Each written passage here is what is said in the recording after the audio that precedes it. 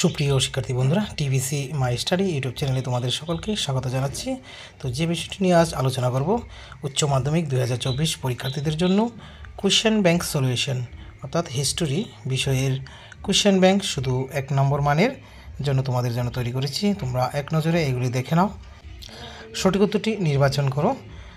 তো তোমরা দেখে নেবে, এখানে ভারতের প্রথম নগরকেন্দ্রিক সভ্যতা হলো সঠিক উত্তর দেওয়া আছে। সঙ্গে 2 নম্বরটি ভারতীয় প্রত্নতত্ত্ব বিভাগের প্রথম অধিকর্তা ছিলেন।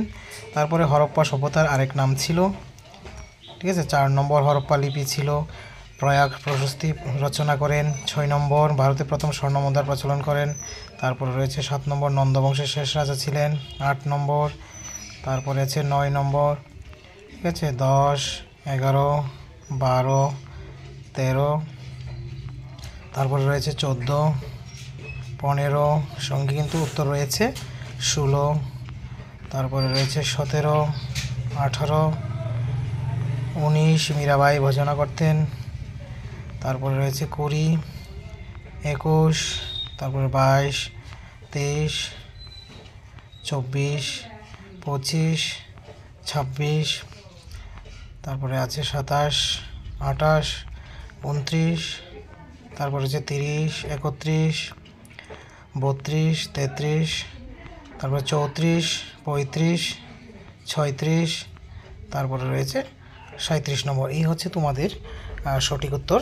37 রয়েছে সর্বমোট। তারপরে 1 মানের জন্য তোমরা এগুলি দেখে নিতে পারো। মেহেরগড় সংস্কৃতির প্রধান শিল্প কী ছিল? তো এখানে রয়েছে ভারতের প্রত্নতত্ত্ব বিভাগের জনক কাকে বলা হয়? মহেঞ্জোদারো শব্দটির অর্থ কী? হরপ্পা সভ্যতায় কোন ধাতুর ব্যবহার দেখা যায় না? কনিষ্কের রাজধানী কোথায় ছিল? বাণভট্ট কে ছিলেন? তারপরে এপিগ্রাফি শব্দের অর্থ কী? কে কনিক উপাধি গ্রহণ করেছিলেন? কৌরবদের অস্ত্রগুরু কে ছিলেন? সাতবাহন সাম্রাজ্যের সম্রাট কে ছিলেন? ঠিক আছে। 11 নম্বর, 12 নম্বর, 13, 14, 15, তারপরে রয়েছে 16, 17, 18, 19, 20, 21, 22, 23, 24, 25, 26, 27, 28, 29, 30, 31, 32, 33, 34, 35, 36, 37, 38, 39, 40। তো এইগুলি সবগুলি হচ্ছে তোমাদের কোয়েশ্চেন ব্যাংক থেকে নেওয়া প্রশ্নগুলি।